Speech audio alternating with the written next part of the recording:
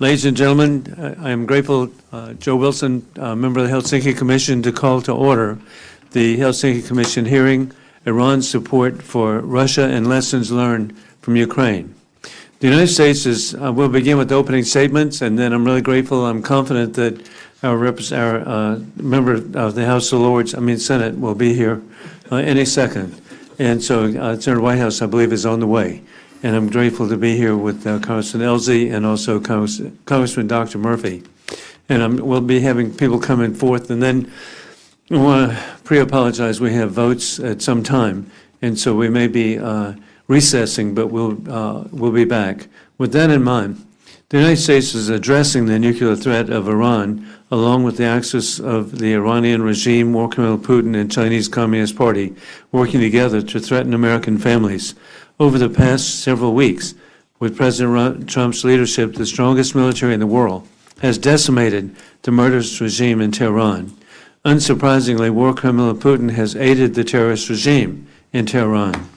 Russian terror tactics and intelligence methods used to murder Ukrainians and Syrians over the past decade are now being used by the Iranian military to target and kill Americans and our allies in the Gulf of Kuwait, Bahrain, Qatar, UAE, Oman, along with Turkey, Saudi Arabia, Syria, and Azerbaijan. Russia is teaching Iranian military how to use drones, sending them components for drones and other weapons, and providing intel about the Allied positions and capabilities to kill our Allied personnel. World Colonel Putin understands that when the regime in Tehran crumbles, as it is, just as Maduro of Caracas, Venezuela, and Bashar Assad of Damascus, Syria, there will be victory for Ukraine, courageously led by President Vladimir Zelensky. Cooperation between the genocidal regimes in Tehran and Moscow did not begin in the last several weeks. The Kremlin and Ayatollahs have had a deep history of sharing information, tactics, and weapons needed to repress their own people, threatening chaos and destruction around the world. In the 1990s, Moscow and Tehran, brought together by their anti-Americanism, began their close collaboration. In fact, it was Russia that provided Iran its first centrifuges, helping Iran to launch the nuclear program it has used to terrorize Iranians, Americans, and Israelis for decades. More recently, Tehran has been a lifeline for war criminal Putin following the beginning of the full-scale invasion of Ukraine in 2022. Iran produced and provided Russia the initial Shahed drones used to terrorize Ukrainian cities where families sleep under constant threat of attacks on civilians. Now there are factories across Russia producing cheap and deadly Shahed drones, which swarm by the hundreds. The Iranian regime has also enabled Russia to evade sanctions and continue funding their murderous war machine, as War Colonel Putin has used the Sisi-controlled port of Anaklia port of the Republic of Georgia to provide arms to Iran, collaborating with the illegitimate Georgian Dream regime, which should be replaced with fair and free elections in the Republic of Georgia. The proliferation of cheap drones intercepted using expensive Western technologies are meant to overwhelm conventional methods and cost Western countries billions to rearm against this threat. The Chinese Communist Party is taking notes and producing their own army of drones. As the brave men and women of the United States military face down this axis of evil, we do so with battle-tested expertise of the Ukrainians. Ukraine is cementing alliances with the Gulf allies whose skies are threatened by waves of Iranian drones and ballistic missiles. Even as they defend their own country from war criminal Putin's genocidal invasion, Ukraine offers its capabilities to allies fighting the same axis of evil. Shared values of freedom, prosperity, and sacrifice for future generations are the cornerstone of the alliance between America and Ukraine. We welcome the witnesses today exposing the collaborative murderous relationship of the regimes in Tehran and Moscow, and what efforts can be undertaken in Congress to better integrate Ukrainian experience to defeat this axis of dictators with efficiency. We must ensure that Ukraine's hard-won expertise adapting to and producing weapons to defend their family's nation and the free world becomes a lasting feature of transatlantic defense architecture. Here today, and we've been joined by our co-chair, Congressman Steve Cohen of Tennessee, and indeed, he's co-chair, but also this makes it bipartisan. And something that's going to be really unique is you're going to see bipartisan support for the people of Ukraine and bipartisan support for liberation of the people of Iran. Here to share their expert perspectives are Elon Berman, the Senior Vice President of the American Foreign Policy Council. We have Benham Ben Talablu, the Senior Director of the Iran Program at the Foundation for the Defense of Democracies, and Aaron Zelen, the Gloria and Ken Levy Fellow at the Washington Institute for Near East Policy. So we're grateful that each of you are here. And Co-Chair Cohen, would you like to make an opening statement? Thank you, Mr. Wilson. First of all, I can incorporate by reference everything Mr. Wilson said. Even though I didn't hear it, I know it's the right thing to have been said. Hello, Senator. One of my favorite senators. You tell him you were just teasing about not coming back. Oh, man, the IQ that wasn't destroyed. He's a liar. Back to my opening statement. Thank you for coming. Senator Hill told me he was going to come hear it. For decades, Russia and Iran have been bound by their shared disdain of freedom and democracy and their insistence on overturning the rules-based world order that has kept Americans safe and secure for generations. Despite overwhelming evidence that the Russia-Iran relationship has deepened over the past several years, the Trump administration is willfully ignoring the pattern. We all know that Russia has been using Iran-designated Shahed drones to continue its genocidal war in Ukraine, and the Wall Street Journal recently reported that Russia is sharing intelligence with Iran about U.S. positions and capabilities in our conflict, our counter, or whatever we call it now, with Iran. Still, the Trump administration has no intention of punishing Russia. In fact, it defended Russia by taking it upon itself to explain their point of view, saying they'd say we do it against them, when referring to our support for a democratic nation that was attacked unprovoked. On the other hand, President Zelensky shared on March 5th that he received a request from the United States for support and protection against Shahed drones and said yes immediately. Ukraine is ready and willing to help while Russia is actively working to endanger American lives. Russia and Iran have also supported each other in evading Western sanctions, attempting to save their failing economies while refusing to stop the behaviors that motivated these sanctions to begin with. Like the Kremlin, Iran's regime is using war as an opportunity to tighten its grip on power and deepen their repression, escalating violence and imprisonment of dissenters. While dictators freely share information and resources, the democratic world is falling sorely behind in strengthening our cooperation and advancing the cause of freedom. Ukrainians are eager to support us and our allies in defending against Iranian attacks cheaply and efficiently. And yet President Trump's Pentagon is dragging its feet in fully integrating Ukrainian expertise and capabilities into our national defense. We should accept Ukraine's hard-earned expertise in defending against the Iran-Russia axis as quickly as possible. Encouraging Ukrainian drone production in the United States and creating pathways for the United States to buy Ukrainian drones, for example, is a clear step that the Pentagon should be exploring to simultaneously improve U.S. capabilities and support Ukraine. I look forward to hearing from the witnesses what concrete steps the Department of Defense should be taking to better learn the lessons Ukraine is offering to teach us. With that, I yield back the remainder of my time. Thank you very much, Mr. Co-Chair. And we will now have each of the witnesses at 5 minutes, and then we will additionally, from that, then provide for each of the members here to ask questions. And I'm really grateful that we have been joined by the very honorable, esteemed Senator Tom Tillis of the Republic of North Carolina, and my next door neighbor. So I'm really happy to claim him as just a person that we all appreciate. We do. It's the Bojangles state. Bojangles, and also Pepsi Cola. We could think a whole lot about the thing, but anyway, we have to be humble about that in South Carolina. But with this, Elon Berman, thank you, the Senior Vice President, American Foreign Policy Council. Thank you, Congressman. Congressman, distinguished members of the Commission, thank you for the opportunity to talk about this issue. It's a critical issue, and I'm honored by the opportunity to speak first because I think it's necessary as we get into the conversation of understanding the dynamics of the Russian-Iranian relationship to set the frame, to explain where it came from, how it's operating, and where it's likely to be going. The proper place for us to start is to talk about the current conflict with Iran.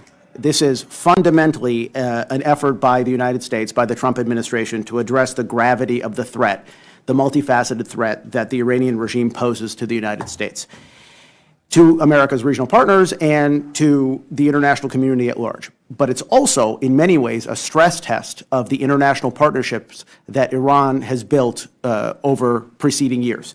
And the most prominent among these is Iran's evolving strategic partnership with Russia.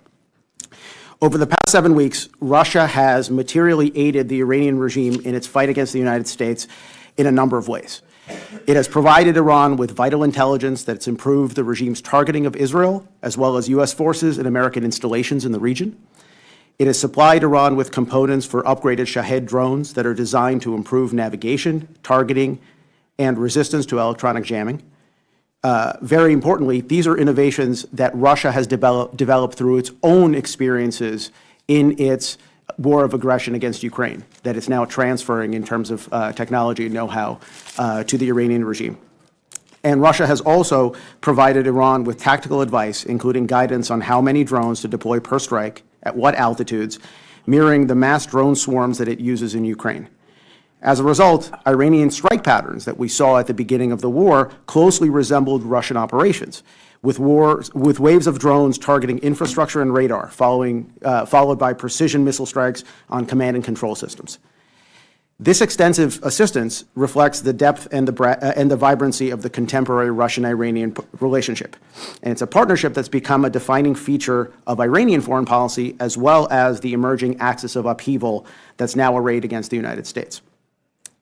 To understand the current scope of the Russian-Iranian relationship, we have to frame it as, more than anything else, a post-Soviet construct that emerged in the 1990s out of overlapping practical and ideological interests. For some 3 decades, however, the partnership has been deeply asymmetrical in nature. The February 2022 full-scale invasion of Ukraine fundamentally altered this dynamic. And the support that Iran has provided to Russia over the past 4 years has been both extensive and consequential. And this has included deliveries of drones, the provision of blueprints for the serial production of unmanned systems and short-range ballistic missiles, artillery, ammunition, small arms, and associated logistics. In return, Iran has reaped substantial benefits from this new balance. It has received Russian help in upgrading its own missile forces, in intelligence collection, and in cyber capabilities. And these are capabilities that the United States and its regional partners are being forced to contend with now. These dynamics, I would argue, hold important lessons for the United States. And there are many, but I'll just stress 3 of them. The first is that the Kremlin cannot be counted on as a partner for containing Iran. This is something that Russia has consistently tried to do. The Kremlin has consistently tried to present itself as a constructive actor in this regard, and is doing so again now, including through offers of becoming a warehouse for outshipped Iranian uranium as part of any potential agreement that's concluded between Washington and Tehran. But history, I think, is instructive here. For both strategic and ideological reasons, Moscow, in practice, has consistently prioritized its partnership with Iran's regime above and beyond any potential benefits that may accrue to it from collaboration with the West. And today, those calculations are even more compelling for the Russians in light of Russia's growing international isolation and its dwindling list of international partners. The second lesson that I would take from this is that Russian-Iranian cooperation rests on fragile foundations. There's still mutual ideological distrust between the two sides, with Moscow distrusting Iran's expansionist version of Islamism and Tehran remembering Russia's foreign policy opportunism. Practically as well, the two countries are natural strategic competitors across a number of domains, including in the Middle East and in the Caucasus. Both likewise rely heavily on oil and natural gas exports and target many of the same markets, particularly in Asia, and specifically China. And that competition is likely to become more intense over time. And finally, I think it's necessary to understand that Iran's involvement in the Ukraine conflict and Russia's reciprocal involvement in the current conflict reflect the fact that the two conflicts are a common fight. There's debate now in Washington about whether the Middle East and Eastern Europe and the Indo-Pacific should be separated and they constitute separate problem sets. But the adversaries have made their opinions very, very clear. The current collaboration between Russia and Iran and the broader political, military, economic, and information coordination that's visible across the axis reflects the fact that America's adversaries are committed to each other's survival in the face of Western pressure. Thank you. Thank you very much, Vice President Berman. We appreciate that so much. And we're grateful now to have Ben Taliblu, the Senior Director of the Iran Program of the Foundation for Defense of Democracies. Thank you, distinguished co-chairman, honored members of the Helsinki Commission. Thank you for the invitation and opportunity to testify. It is a privilege to present my analysis today alongside Elon Berman and Aaron Zellin to unpack the challenges that Russo-Iranian cooperation poses to America, as well as to the security of our partners and allies in Europe and in the Middle East. My written testimony goes into greater detail about the origins, evolution, and future of these ties, and more importantly, the exact exchange between both actors since 2022. But today I will focus my oral presentation on the changing strategic landscape of Russo-Iranian ties before pivoting to offer policy options, more of which can also be found in my written submission. We are living today in an era of great power competition and facing an interconnected web of strategic threats to the homeland. While the focus of this commission is on Ukraine, it would be a mistake to disconnect the dots between Russia and Iran and look at these threats in silos. There is a rising authoritarian and anti-American axis of aggressors consisting of Russia, China, North Korea, and Iran, increasingly looking for low-cost ways to magnify their relative power against the U.S. and against our democratic partners. This axis may be composed of states with different political ideologies and systems, but they are predatory regimes that are linked by their oppression of their own people and their harboring of revisionist intentions abroad. Iran's relationship with Russia, over the past 5 centuries can be described as first turbulent, then transactional, and now more recently transformational. There is indeed a history of mistrust and competition between Russia and Iran that spans multiple regime types in both countries over the centuries. But the Russia-Iran relationship today is a story of choices, not structural forces. Those choices have led Iran to be more deeper enmeshed into an anti-American axis by entering the Shanghai Cooperation Organization in 2023 and entering the BRICS bloc in 2024. In 2025, Iran and Russia signed a 20-year strategic agreement to cement their security, energy, economic, technological, cyber, and even political cooperation. But still, this agreement is notably silent on the issue of mutual defense. In many ways, the agreement revealed the limits of the Russo-Iranian partnership as much as it did the intent to grow this partnership and be committed to a new anti-American order. More acutely in Ukraine, Iran has provided Russia with lethal one-way attack drones as well as the capability to domestically manufacture these drones on Russian soil. Tehran's decision to provide material support to Moscow represents a critical juncture, not just in their historic ties, but also in the 4 decades of the Islamic Republic's ideological enmity with the West. For the first time ever, Iran can be considered an active participant in a war on the European continent. Although Russian military support to Iran has not been as extensive as the reported $4 billion worth of weaponry that Iran has been able to give Russia since 2022, zooming out, the breadth of what Russia has and can offer the Islamic Republic remains significant. This ranges from sending Iran cash, gold, captured Western weapons from the Ukrainian battlefield, more recently cyber tools to surveil and repress Iranian citizens, and much more recently targeting data on U.S. positions in the region via satellite passes. Broadening the aperture even further, since 2022, Russia assisted Iran by launching and placing eight Iranian satellites into low Earth orbit with 0 failures, a success record that Iran's own space launch vehicles do not have. In 2022, Russia even built a satellite for the sanctioned Iranian Space Agency. To counter this cooperation and more, Congress should support Iranian freedom and Internet freedom more broadly by supporting the Freedom Act, the Iran Human Rights, Internet Freedom and Accountability Act, and the Internet Reach and Access Now Act, popularly known as the Iran Act. So long as there is an anti-American, autocratic, and theocratic government in Tehran, Washington will have to contend with a growing Russia-Iranian axis.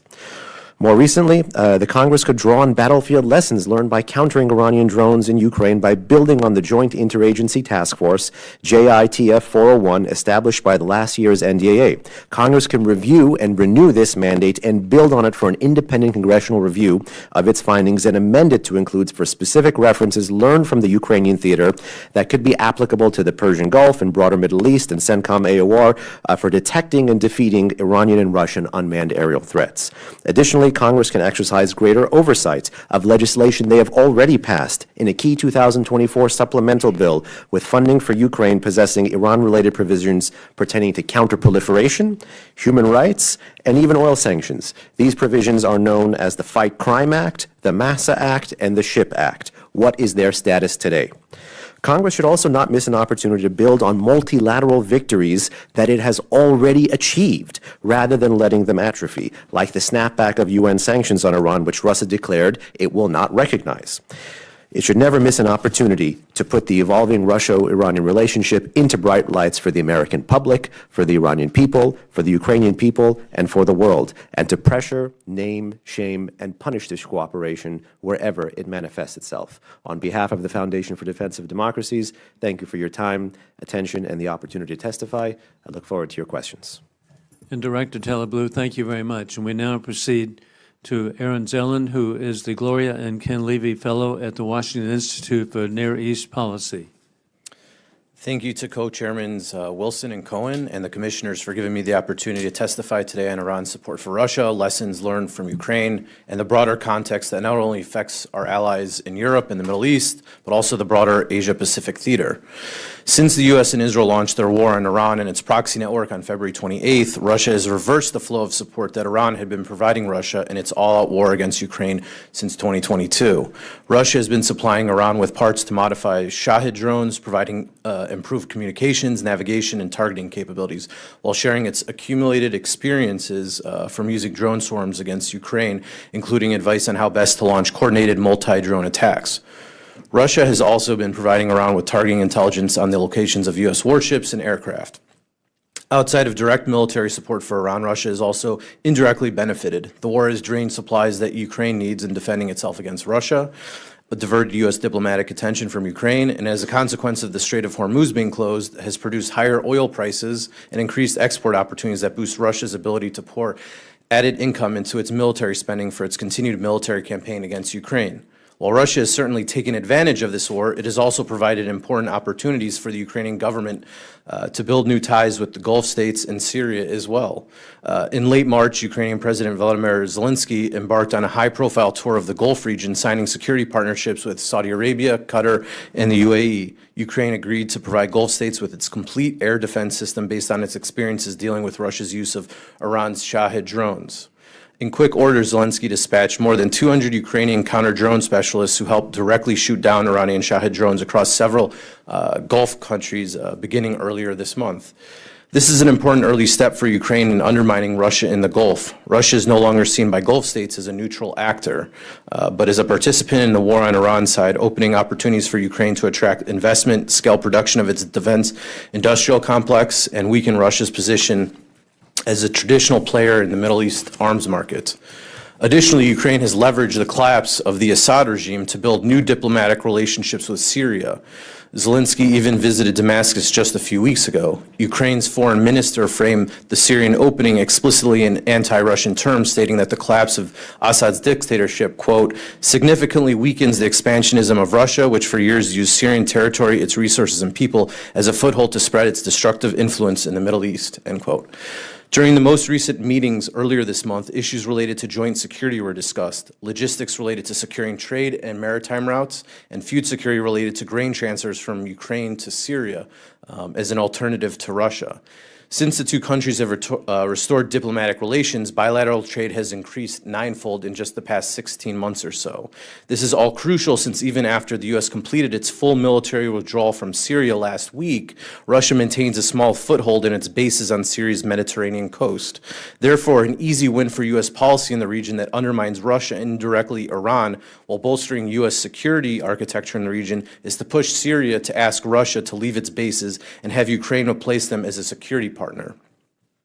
Another component worth mentioning is the fact that the Iran war has strengthened Russia's hand against our European allies due to the Trump administration relaxing some sanctions on Russian oil and gas in the last month or so, which is extended for another month just days ago, making it harder for Europe to increase pressure on Moscow. This has undermined the U.S.-European relationship since it has motivated a number of European states to de-risk from what it views as increasingly erratic American ally and accelerate their own autonomous defense capabilities. Put together, the Iran war has allowed Ukraine, once entirely dependent on Western patrons and peripheral to Middle Eastern affairs, to leverage the deepened Russia-Iran partnership to position itself as a security exporter. Trading battlefield-proven drone expertise for Gulf oil, Western weapons, Syrian diplomatic footholds, and a growing role in shaping post-American European defense architecture. Instead of hindering Ukraine, Washington needs to be working with Kiev to bolster its role regionally and for Washington to secure greater ties with Europe's largest country. Therefore, I urge the Senate and House of Representatives to heed the following recommendations going forward, and happy to discuss in more detail in the Q&A or refer to my written testimony. First, formally reframe Ukraine as a net security exporter and institutionalize that status through Congress. Second, negotiate a multi-year defense memorandum of understanding codified by Congress with a dedicated special envoy. Third, build a trilateral U.S.-Ukraine Gulf security architecture around counter-drone technology. Fourth, weaponize Russia's role in the Iran war to deepen Gulf state estrangement from Moscow and tighten sanctions. Fifth, embed Ukraine's drone ecosystem into U.S. and NATO defense industrial strategy for the long term. And finally, sixth, use Ukraine's restored relationship with Syria as a leverage to diplomatically pressure Russia's eviction from its Mediterranean bases, tying U.S. sanctions on Damascus to Russia's withdrawal. Thank you very much. Thank you very much, Mr. Zelen, for your participation. We will now begin with questions, and we'll begin with Senator Tom Tillis of North Carolina. Well, thank you, Mr. Chairman, and thanks to my colleagues on the committee, all but Greg are Cyprus or us, and to my friend Dr. Murphy, who may or may not have participated in administering the Heimlich maneuver to me at one point a couple of years ago. But I maintain it was just a matter of convenience. I would have figured it out on my own. On a serious subject, I'm actually wearing Ukraine colors, which I do at least once a week, have since the illegal invasion. I want to drill down a little bit on what I think we need to educate this administration on. And it's Russia on the one hand wanting to cozy up to us, and on the other hand, I believe if you take delineating Mr. Berman, what you said, the intel, the drone upgrades, the tactical advice, the strike patterns that are disturbingly similar to what we've seen Russia do in Ukraine, cyber capability. What part of this, I mean, how can I not possibly assume that one of the reasons why we have American service members injured or dead in the Middle East right now is because of the capabilities that Iran received from the coaching and material support of Russia? Can I make that, is that a leap, or is that a logical extension of the information that you and Mr. Tellyblue have communicated in your opening statements? So thank you, Senator. I think that's right. I think that's the inaccurate interpretation of what in some ways, Putin's the new Soleimani, right? He's out giving advice and telling people on the ground to kill American soldiers in American outposts outside of Iran. Is that hyperbole? So I think that description is a little bit overblown, among other things. I think because of the matter of scale, but in my opinion, if Putin's responsible for one dead American service member, he might as well be responsible for 5,000. And is it fair to say that the kind of advice that Putin and Russia have been giving Iran have had deadly consequences, potentially for military personnel in that area of responsibility? Absolutely. Thank you. Mr. Tellyblue, am I pronouncing that anywhere near right? Okay. You made a comment about the Russia relationship being turbulent to transactional to transformational. The transformational component, I assume, occurred in and around the time they started collaborating with respect to using weapons manufactured in Iran and deployed in Ukraine. Is that when transformational took place? Exactly. The end of Syria and the beginning of the second Russian invasion of Ukraine. Yeah. Is it fair to say that Russia has been able to create a capability in Iran that is they have asymmetrical capabilities and a level of execution that could only be explained through the coaching and constant mentoring of Vladimir Putin in Russia? Is that a fair statement? How much of this is organic? How much of this is learnings from the battlefield of Ukraine? That the Iranians have learned, or that Yes, that the Iranians have learned. the Russians have materially supported that capability, but also I would say, perhaps a bit out of the scope of this commission, the Chinese, the Russians and the Chinese together, the targeting data given to the Iranians by virtue of the satellite passes. America's great power competitors don't need to give guns for their support to be lethal. They can just be passive and give this satellite data, and it can have lethal consequences in the Middle East.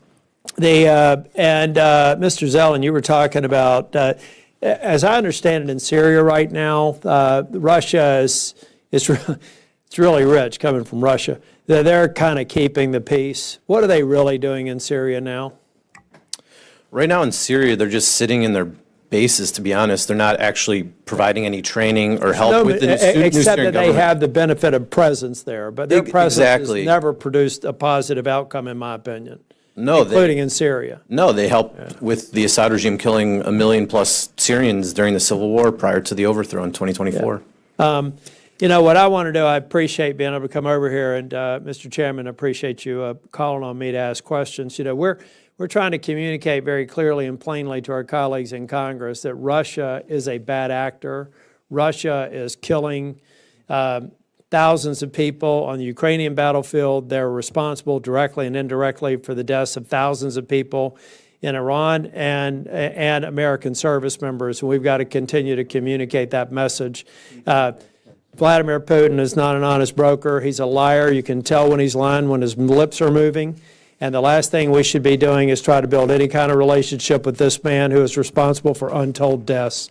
Thank you, Mr. Chair. Thank you very much, Senator, and indeed, amen.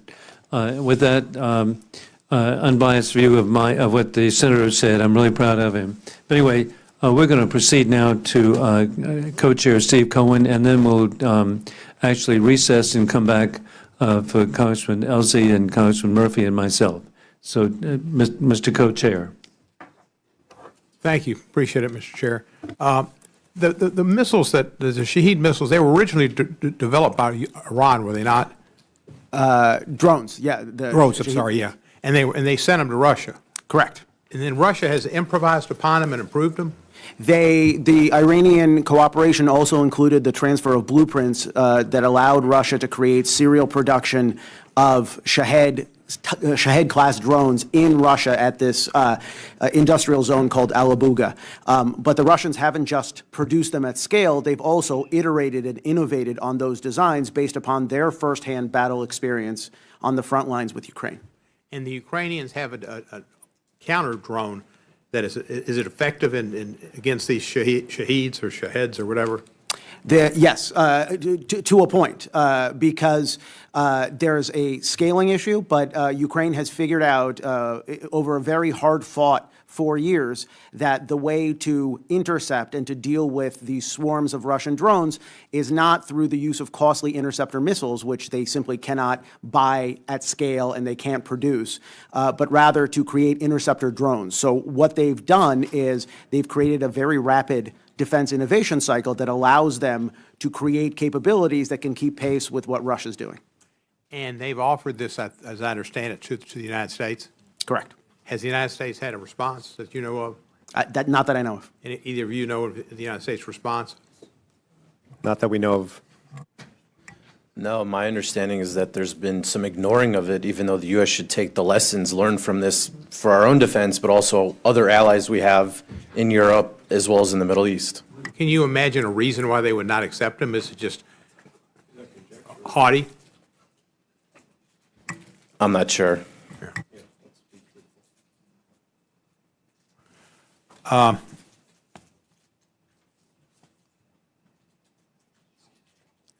There's no reason not to accept the advice. They've identified themselves as being experts in the developments of drones, and that's one thing the war has forced upon them, and they've adapted well, and they've offered this.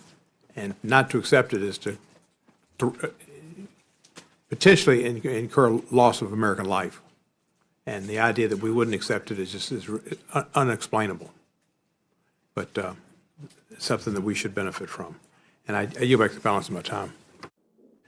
And indeed, we'll be recessing for 3 different votes, and we've been joined by Congressman Vesey from the Republic of Texas. And so we're grateful for his service. And so it's a team effort.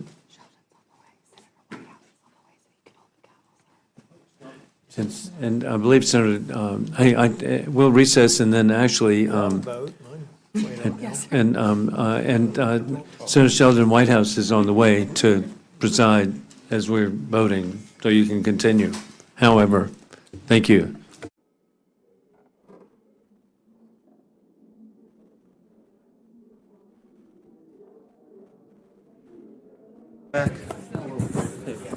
Hey, I know how to very- clear a room. I do have hey. some other questions. Hey, this is even better. Hey, I'm very grateful to turn it over to Senator Tom Tillis of the state of North Carolina.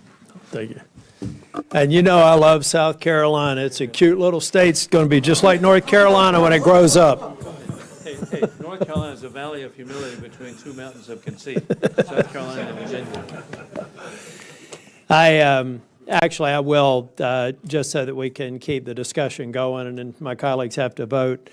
The one thing I wanted to say, I wanted to get to these points. There were very important points. I have my staff here will be following up. I mean, we really do need to have people recognize, and we've been tracking China too, but to remain focused on Russia, there are some people now that believe that Russia can be trusted. There are some people that think maybe there was some legitimate reason to go into Ukraine here, which is absurd.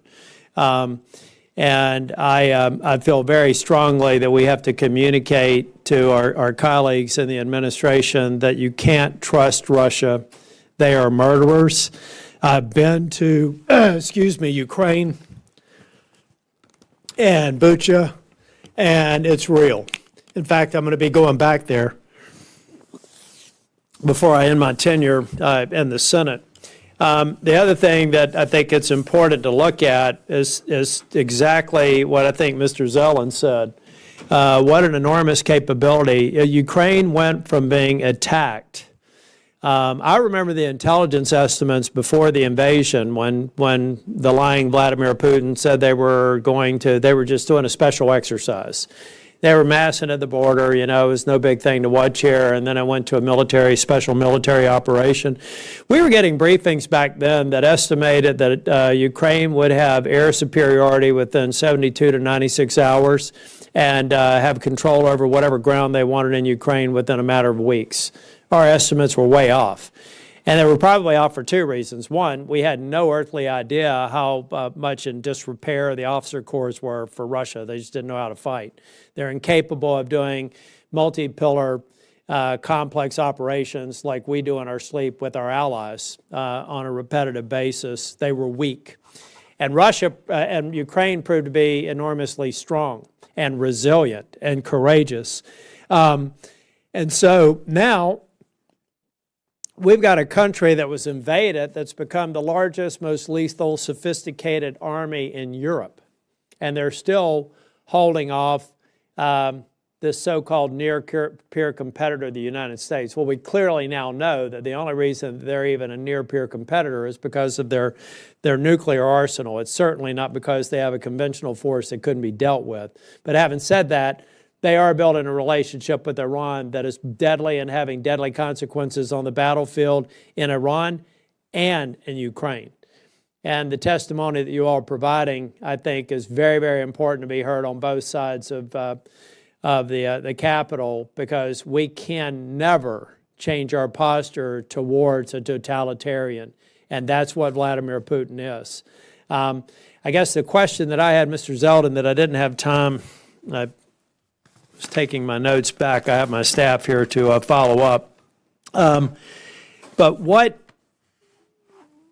would be the rational basis, other than we don't like Russia anywhere, what would be the rational basis from a perspective of U.S. diplomacy that we would want them out of Syria? I mean, that they're potentially disruptive, malign. In other words, how can I build it? I want them out of everywhere. I mean, anywhere out of Russian soil is too much for me. But what rational basis, as a matter of diplomatic communications, would you use to argue that case? I mean, for one, we already know based off of information that's come out publicly that parts of Russia and their intelligence community have assisted with former regime officials from the Assad regime being involved in an insurgency against the new Syrian government. So they're undermining what's going on, plus their own disinformation networks within the Syrian ecosystem. So even if we want to, take away sort of the U.S. frame for it from the perspective of the Syrian government, they're not necessarily helpful either. And one of their challenges is that much of the military hardware and technology they have, because there's this 60-plus year historical relationship going back to the Soviet Union, and then, with Russia, they're reliant on it. But that's why I think Ukraine could be an important piece in that, because, just in the same way the U.S. pushed sort of Central and European countries to help the Ukrainians out because they had old stockpiles of weapons from that time period, we could do the same with the Ukrainians because they have the old Soviet and Russian gear as well to try and push it out before the U.S. starts partnering them more and bringing in more Western tech and hardware. And so it's definitely an important step. Plus, Russia doesn't just use the base in Syria just to be there to annoy us or the Turks or the Israelis or even the Syrians, but it's a launch pad for their operations into Africa. So without that base there, they'd be having a more difficult time with moving a lot of their assets into what they're doing in Africa, which is obviously destabilizing as well. Yeah. Yeah, I've tried to continue to remind everyone that Russia is not just in Ukraine. Their cancer has metastasized itself all throughout, particularly northern and central Africa. Mr. Berman, I'd like to try and find a smoking gun. Everybody believes that Putin is involved in this, and I've gone so far as to use hyperbole to say he's not much different than Soleimani, except for the number of bodies or the number of dead people that he can be responsible for. But like I said, after one, it could be 5,000. The number's not different to me.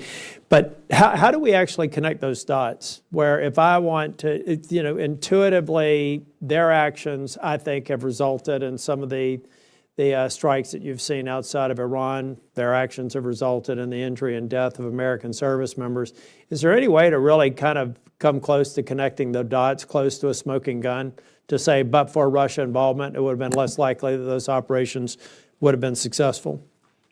I think it's certainly possible to do in the context of Russia and Ukraine, because the type of capabilities that you see Russia employ on a daily basis against Ukrainian population centers and Ukrainian civilians are a product of that strategic partnership. The technology. But for that collaboration. But for. That level of sophistication and execution would have been unlikely. Absolutely. And in fact, what we saw before. What we've seen as a central dynamic in the Russian war against Ukraine, Russian war on Ukraine, has been the fact that Russia has run into unforeseen difficulties in terms of manpower, in terms of technological capabilities, in terms of force projection, that has forced it to rely not just on conscripts, including inmates and convicted criminals, but also on human capital from as far afield as Africa. But the technological injects that Russia has received, Iran ranks very high on that list in terms of increasing the lethality of the Russian offensive. Well, in the summary, I wanted to make sure that I got over here for this hearing, and I have two staff present here. I want to, if we can get information from any of you, but I intend to focus a floor speech on this to not forget Vladimir Putin is a bad guy and should not be sitting at the table treated at a peer level with the United States of America. That has to do with our ongoing discussions in Ukraine. He is a liar, and he is responsible for the deaths of Americans. And so to the extent that we can get, but also I want to be I want to have as many connecting points to the smoking gun as possible. And all of you, if you can maybe indulge my staff, we'll be in touch to see how we can put that together and then prepare a floor speech to keep people focused on this.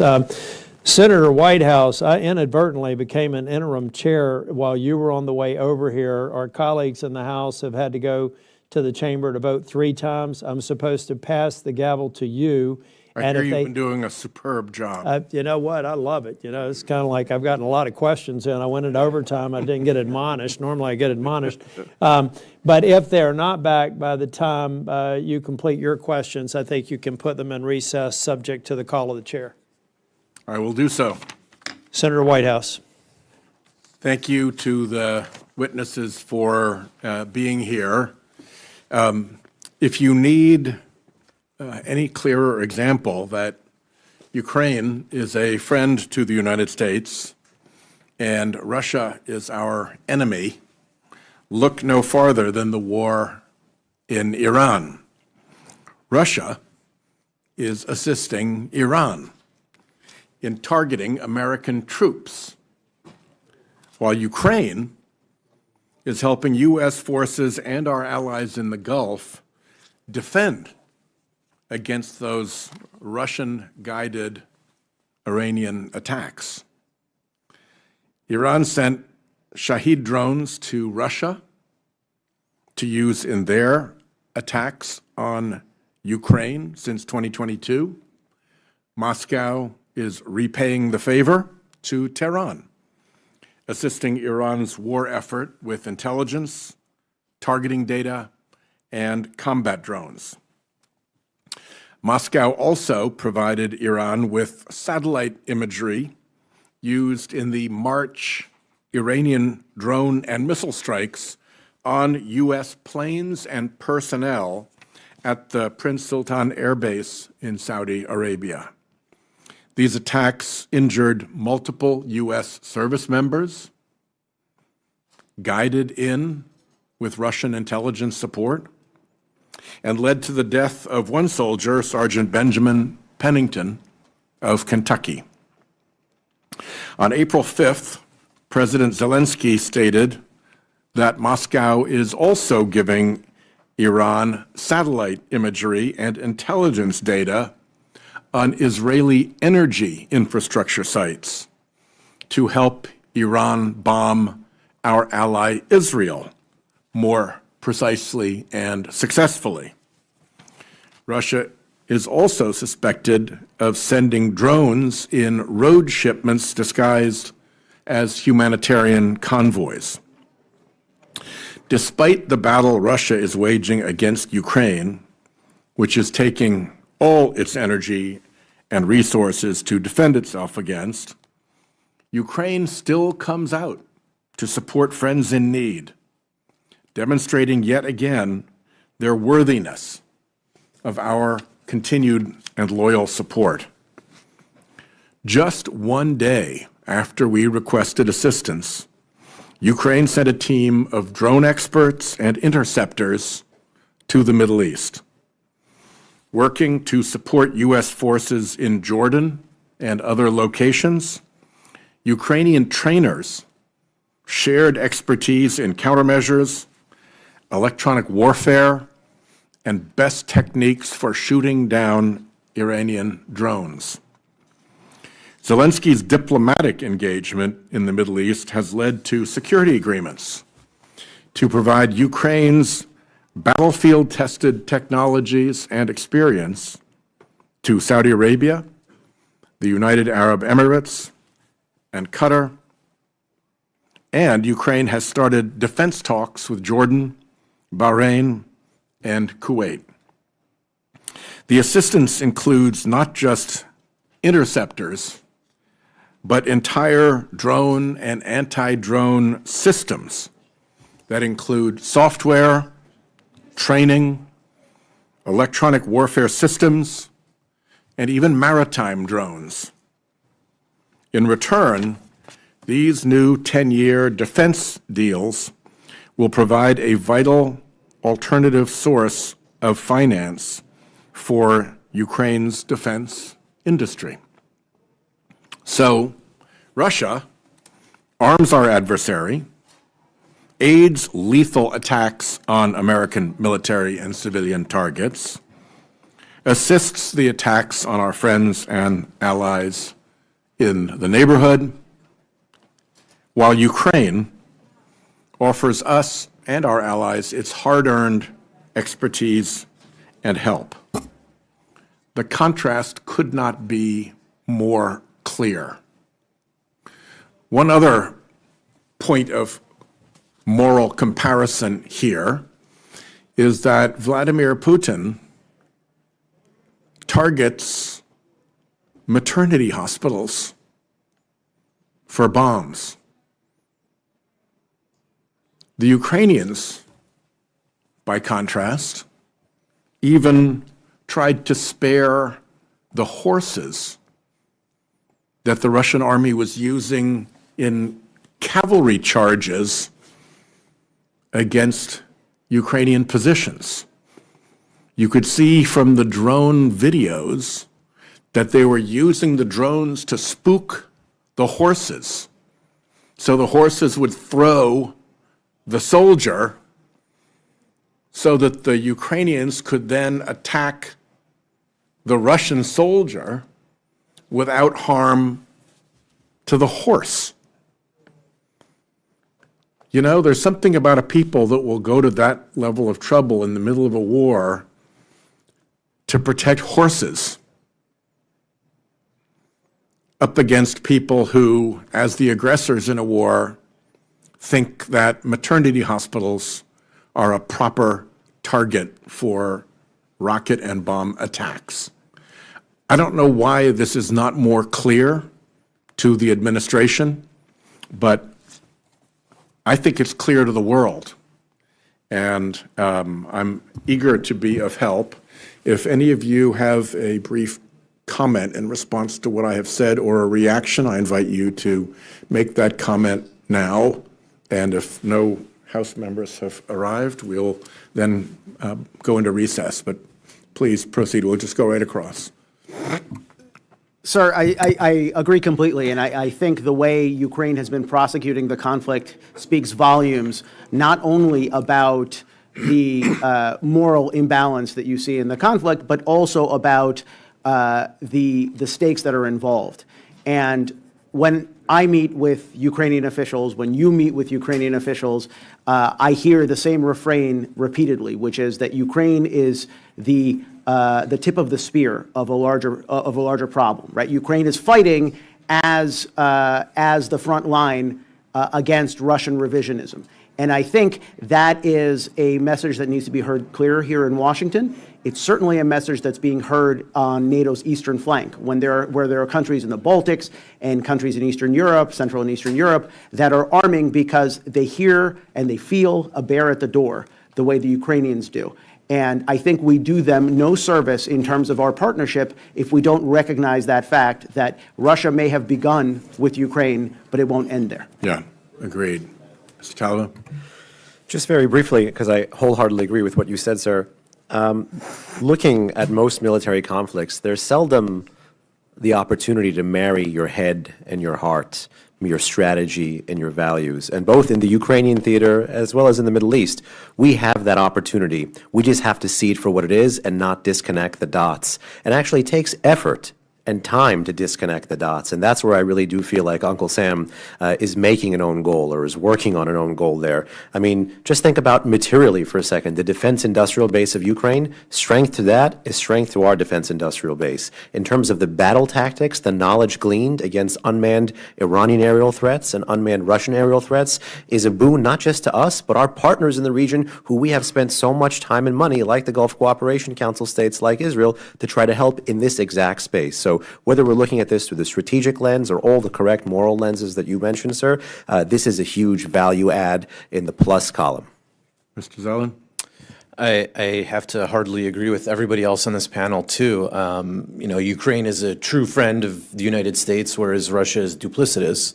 And in many ways, they can be a key ally in this new world we're starting to see develop in recent years, as well as, you know, obviously a lot of the discussion today has been about, you know, the Middle East and related to Europe as well. But I'd also go as far as to say that Ukraine could be an important component in the U.S.'s strategy vis-a-vis the Asia Pacific as well, because they've learned a lot in fighting the Russians, and therefore that could be important when we're thinking about what the Chinese could potentially do vis-a-vis Taiwan or Japan or South Korea. And so while our adversaries are all teaming up, as was mentioned earlier, Russia, China, Iran, North Korea, we need to bring our great ally in Ukraine, the biggest country in Europe, into our strategy related not just in Europe, but also with the Middle East and Asia Pacific too.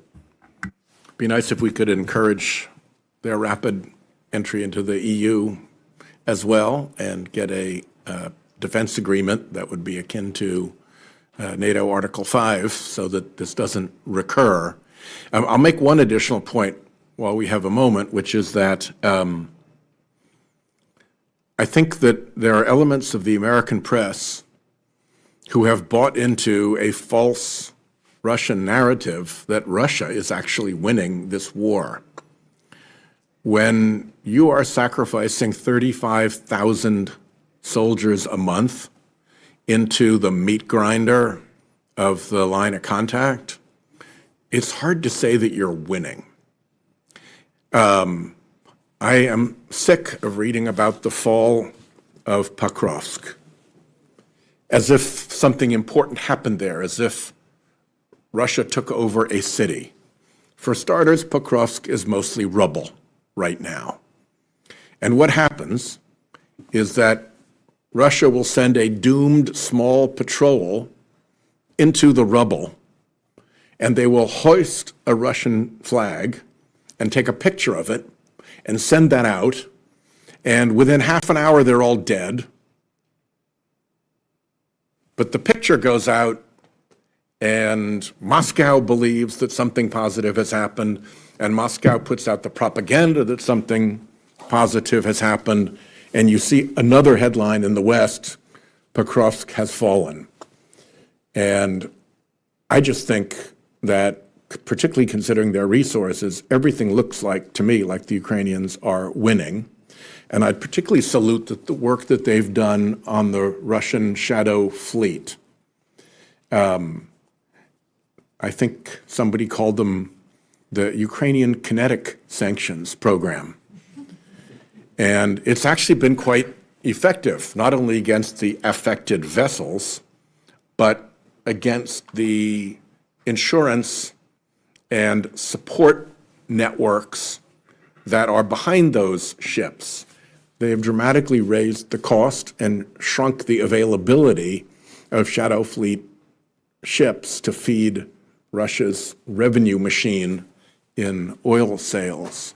And even there again, you see the Ukrainians going out of their way to minimize casualties and even to protect against oil spills.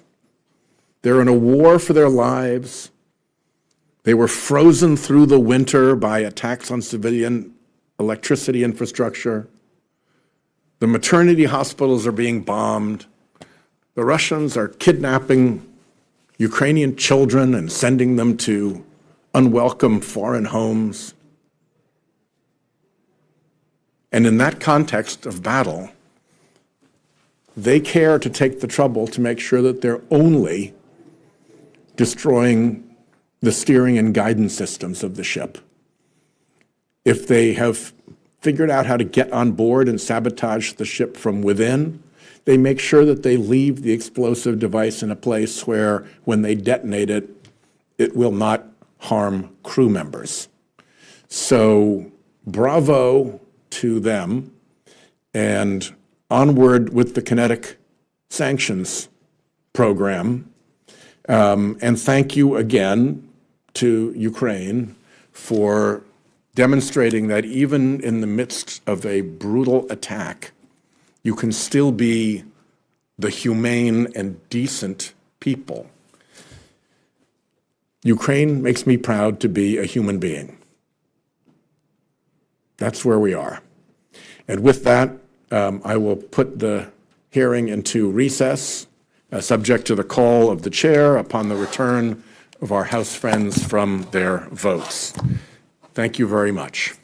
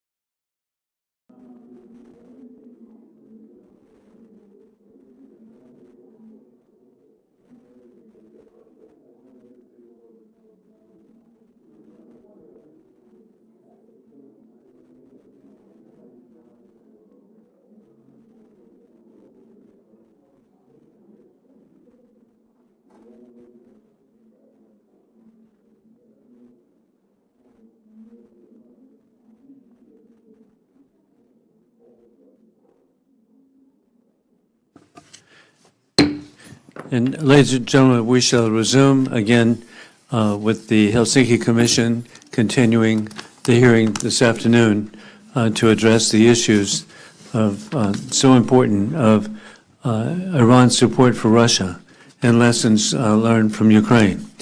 As the other colleagues come back from the floor, and we're, as you can tell, we never know what our schedule is, but we do know one thing. We appreciate the people of Ukraine, and we appreciate efforts being made. With that in mind, Mr. Berman, Ukrainian President Vladimir Zelensky is the first European head of state to visit with President al-Shara of Syria, with additional visits to our Gulf state allies. President Trump has been visionary to give Syria a chance and ultimately welcome Syrian President al-Shara to the Oval Office. This was extraordinary because it's the first time in 250 years that a leader of Syria has visited the Oval Office. That's from the American point of view. From the Syrian point of view, it's the first time in 8,000 years that there's been a president or a representative from Syria to visit the Oval Office. With that in mind, how can we promote the emerging Ukraine-Syria Gulf alliance to counter Russia and Iran? Sir, well, I think there are two things here. First of all, to echo what my colleague, Mr. Zelen, has said, the idea of ousting or at least lessening Russia's influence in the new Syria is essential because the Russian footprint is a legacy of Ba'athist rule, but it's also a legacy of that Russia has parlayed into force projection capabilities, not only in the rest of the region, but also onto other continents like Africa. And it was a partnership that was created, and we saw this for years, a partnership, a tandem between Russia and Iran in terms of bolstering the Assad regime. I think it only stands to reason that as we turn the page in Syria, we should have expectations of the al-Shara government that their partnerships will evolve as well. And moving from Russia to a greater appreciation of Ukraine and what Ukraine can do, I think aligns Syria very well with the emerging reality in the Gulf, where Ukraine has had an increasingly large presence as part of the solution rather than part of the problem, as a defense against the type of offensive technology that Iran provided to Russia and now Russia is providing back to Iran. And indeed, I was grateful, thank you, to have a hearing in regard to the expulsion of the Russian bases in Syria. The entire region is separate from the presence of the Iranian regime and Russians in Syria. Weapons and mercenaries are transported through the deep water base at Tartus, the only Mediterranean base or port that Russia has in the Mediterranean. Along with the Russian air base in Syria, and they still have one, it actually threatens the American air base of Incirlik in Turkey to be so close. But equally significant, the Russian air base is logistics for maintaining the Russian Wagner dictatorships that they have in Africa. And so it's just so much to the interest of the world that the bases be expelled. What can we do to assist the people of Syria to remove the bases of war criminal Putin located in Syria? Well, I think that's probably a question better suited for my colleague, Mr. Zelen, but I would just end with this. I would say that there is a tremendous amount of leverage that the Trump administration has over the new government in Syria precisely because President Trump is prepared to turn the page, prepared to create a qualitatively new relationship. I think the new Syrian regime expects that there's going to be conditionalities that are placed upon this relationship, and realigning those partnerships and dislodging Russia, I think, should rank high on that list. Well, thank you so much. And Mr. Zelen, what comment do you have about that? Sure, yeah. I mean, it's extremely important. And one way to transition this in many respects is that one of the main concerns that the Syrian government has is that because of the historical relationship between the Ba'athist and Assad regime with Russia, all of Syria's military hardware is Soviet or Russian. and they don't have access to Western equipment. And so Ukraine could be a crucial component of this because they still have access to the old weapon systems that they had from back in the day before the U.S. and NATO started assisting them with more Western equipment in recent years. And therefore, you could trade them out as sort of a transition phase before the U.S. and Syria then deepens any potential military relationship and brings in Western technologies as well. And we've really are experienced at transitioning Soviet equipment in Central and Eastern Europe. Exactly. Okay, so it has been done. Exactly. And then we want to encourage in Syria, and another country comes to mind, India, that there needs to be a transition. With that in mind, Iran and Russia are particularly active in the Republic of Georgia, backing the anti-American Georgian Dream regime. This is an illegitimate regime in Tbilisi. The collaboration of Georgian Dream with war criminal Putin is so clear, and additionally with the regime in Tehran.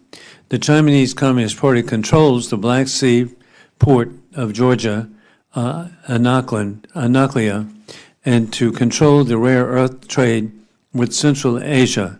And so it has ramifications far beyond anything else today, but also it provides for funneling of shoulder-fired missiles to Iran by way of Anaklia to kill Americans. And so with that in mind, what can we do to counter the collaboration of the illegitimate Georgian Dream government with the Chinese Communist Party, the war criminal Putin, and the rogue regime in Tehran, for either one of you?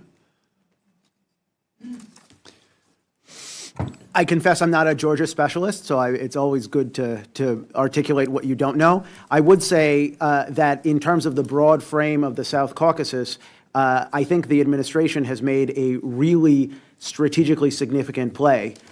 In August of last year, when it had the Armenian and Azeri leaders sit at the same table and articulate not just a normalization of ties, but simultaneously articulate a trade and investment and commodity transport corridor, which we know as TRIP, the Trump Route for Peace and Prosperity. There is additional steps that need to be taken in terms of boosting investment, in terms of lowering border closures between Georgia and Azerbaijan, for example, that would allow that corridor to have greater resonance in the region. And the reason this is significant is because the TRIP corridor simultaneously disadvantages both Iran and Russia, which have played very heavy in the geopolitics of the region. We are now looking at a way to transition the region out of Russian control, out of Iranian control, and into a much more European and Western direction. And I think those steps should be encouraged with Georgia in mind as well. And thank you very much. It really is incredible, the thought that President Aliyev with Prime Minister Pashinyan would also be in the Oval Office. That's just inconceivable. Two former Soviet republics happily together with the President of the United States. Additionally, I'm glad you mentioned the working with Azerbaijan, how incredible that is to see the changes there. Also, it's so important to me, too, that Turkey, I'm just confident that efforts are going to be made to restore the trade capabilities throughout the South Caucasus. But again, it's so sad to me, the Republic of Georgia, with the rigged elections by Ian Vashvili, the Putin billionaire, of a country that had been invaded with South Ossetia and Abkhazia, and it's just inconceivable that there would be a pro-Russian government which has been so oppressive of the people of Georgia, who are so dynamic and have been such a great ally of the United States and in so many different ways. And so I'm just so hopeful for fair and free elections, ultimately, in the Republic of Georgia. And with that, we now will proceed to the Republic of Texas. There really is a Republic of Texas, and with Congressman Mark Vesey. Mr. Chairman, thank you very much, and I want to thank the witnesses here today for providing some really critical testimony. I think that it's really important that we continue to talk about everything that's happening in Russia right now. I know that with everything that is going on in Iran, that is where most of the foreign policy focus is at this moment. But this is critical. I mean, we didn't do all of that work in the 80s, under President Reagan, and before that, Carter and Eisenhower and Kennedy, to all of a sudden just turn our backs on it and walk away. And so it's important that we continue to make sure that we are highlighting what is happening right now. But I did want to ask you some questions as it relates to Russia with the current conflict in Iran. And I specifically wanted to talk with you a little bit about oil. I know that that is obviously going to play a factor and has played a factor in the war, Russia's unlawful invasion of Ukraine, should I say. And I wanted to ask you, is the U.S. conflict with Iran making Russian oil more valuable by tightening global supply? And is Moscow going to be a net beneficiary of the war? Because that's been something that I've been really concerned about. Thank you, sir. This is a large conversation. I'll try to sort of to have a bite-sized answer. I think there's two things to consider here. First of all is the question of what Ukraine has done in response to the outbreak of the U.S. conflict with Iran. Obviously, it's very natural for attention to shift away from Europe and towards the Middle East in light of this conflict. The Ukrainians, both as a way of assisting American allies, but also as a way of remaining part of the conversation, the Ukrainians have used very adroit diplomacy to offer themselves as part of the solution for defending regional states in the Persian Gulf. And this has been very successful so far. And it has kept Ukraine, I think, front of mind for a lot of regional governments in a circumstance where it wouldn't otherwise. The second problem, though, is exactly what you mentioned, which is that because of the rising price of oil and because of constraints shipping out of the Strait of Hormuz, Russian oil de facto becomes more valuable on the global market, even though the places where Russia ships it are constrained. And the way Ukraine is addressing that is Ukraine has begun targeting over the last couple of weeks very significantly Russian energy-related infrastructure, including ports and transmission pipelines. So let me ask you, do you think that Russia has a vested interest in wanting this war to be prolonged and go on further between what's happening right now in Iran? I think there is a Russian interest, absolutely. There's a Russian interest both economically, even though their energy exports are now constrained by about 1/5. Nonetheless, the higher the price of oil goes, the more they make up their economic shortfall. And second of all, because I think the Russians long ago realized very astutely that an America that's entangled in the Middle East is less likely to get involved in Russia's near abroad. Yeah. Do you think that what's happening right now is going to strengthen the Russian-Iranian axis, or do you think that it will weaken it over time? And do you think that there's an opportunity, while we're in the middle of this, for us to figure out ways how we can sort of, divide those two of those countries and exploit that? I think dividing should be the word of the day. Figuring out how to draw fissures within that partnership, I think, is crucial. I think part of it depends on exactly what's negotiated when the parties ultimately come to the table in Islamabad. If there is a partnership, if there is a ceasefire agreement that incentivizes the partnership by, for example, giving Russia custody of Iran's highly enriched uranium, that's something that draws the two capitals closer together, doesn't drive them apart, and it empowers both. So I think the devil's in the details with regard to what we negotiate. Yeah. I know Ukraine has obviously emerged as a major exporter of drone technology. We've seen a lot of that in the news, and as a provider of counter-drone expertise to the Gulf states, do you think that this is going to be likely to continue? I certainly hope so. I think on a very basic level, I know we've talked in this hearing, we've talked about human rights, and we've talked about the different ways in which the Ukrainian military behaves vis-a-vis the Russian military. But on a very basic level, if we strip all of that away, what Ukraine has developed over the last 4 years of war is a rapid defense industrial innovation cycle, one that has allowed it to really redefine modern warfare. And that's something that could be a net asset for the U.S. military. That's something that could be an asset for the United States as we think about not just the Middle East, but also the Indo-Pacific. And so that would be my big takeaway, which is that we should invest much more in understanding what Ukraine has built. Yeah. Thank you very much. Thank you, Mr. Chairman. You're back. And thank you, Congressman Vesey. And we're going to miss Congressman Vesey. He has announced that he's going to become a statesman and leave office. So I'm very proud. I'm very proud of him. And hey, we talk about a fissure, the ultimate fissure. and that is Khomeini's dead, and many of his top colleagues are dead. That creates a fissure with war criminal Putin. And then we're really fortunate to have Dr. Congressman Greg Murphy, all the way from North Carolina. Thank you, sir. Thank you guys for coming today. I'm sitting here listening to it. This has been extremely interesting. And permutations and of all the different things that occur because of this. The real question is, can you paint me a picture of Iran if we had not intervened now in the next 5 years? I'd love for you guys to paint a picture. Because we've been talking, presidents have been talking about this for 50 years. Yeah, We tried to buy them off, we tried to believe them, none of this. It's obviously hard to predict alternative scenarios in the future, but they're obviously, raising their capacity related to their nuclear weapons program. They're getting more and more ballistic missiles, not just ones that were more shorter range related to the Gulf region, but ones that could reach Europe, Asia, even potentially in the future, the United States. And then we haven't even discussed all of their proxy networks. Right. Of course, they've been assisting the Hashid al-Shaabi in Iraq, the Houthis in Yemen, Hezbollah in Lebanon, Hamas in the Palestinian territories. And so without trying to deal with these issues, it's going to continue to expand. I mean, the reality is the United States didn't do anything for decades in relation to a lot of these issues and really only started chipping away in recent years.